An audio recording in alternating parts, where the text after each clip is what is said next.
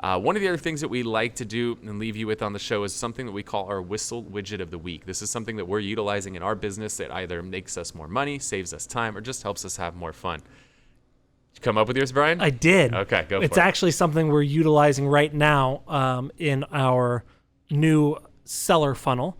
And it's a way to collect information in a very easy and visually appealing way, as well as collect partial information.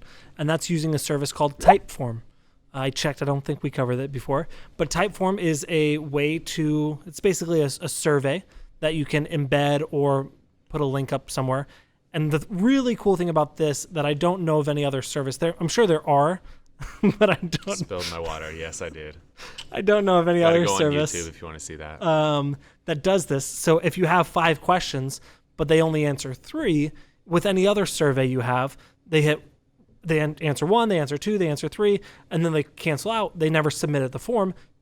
They entered nothing. With Typeform, it gives you those 3 questions that they did answer, even though they didn't finish the complete survey. So that's something we're utilizing now. We're making sure we ask the things that we really want. What I asked Chris today when we were building this, I said, what can we do the most with the least amount of information? And we decided the property address would probably be the first thing we ask. So if they don't finish the rest of the form, we still have the important information. Cool. Yeah, Typeform's really easy to use. I love it. And it's very visually appealing to people. It doesn't put the entire form on the screen at once like a Google form does.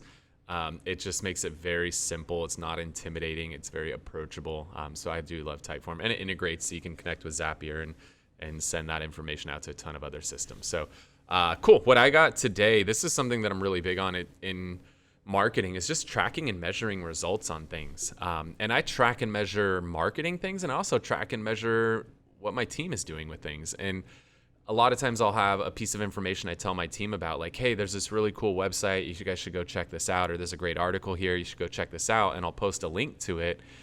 But what I do first, and my team doesn't know this, is that I will take that link and I'll run it through a service called Bityl, B-I-T-L-Y.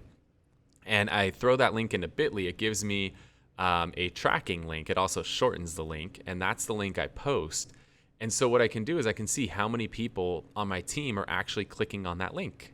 And it's pretty eye-opening sometimes. You'll drop like this amazing piece of knowledge and you'll check, and Bityl will be like, yep, you had 5 people click on that. Like, okay.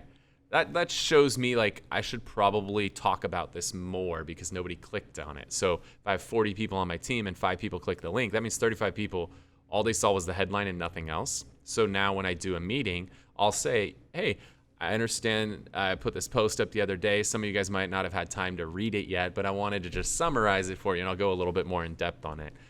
So that helps me there, but it also helps us a ton with marketing. And we could see, if we run an ad, how many people are clicking on it and landing on the page, and then we could see how many people are converting from it. So Bityl can just be huge for tracking how many people are actually clicking links. So and it a tells lot you of different sources. ways. Yeah, and parts of the country or parts of the world in reality of where people are clicking from. So Bityl is pretty awesome. It's free.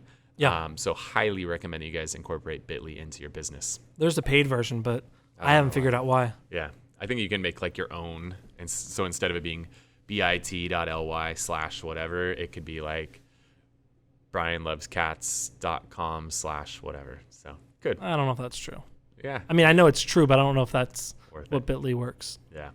So hopefully you guys got some value out of the show today. Again, if you want to stay connected with us, go to thewhisselway.com. You can ask questions on there to be answered on a future show. Join our Facebook group where we share all kinds of technology and tools and stuff that we're using in our business.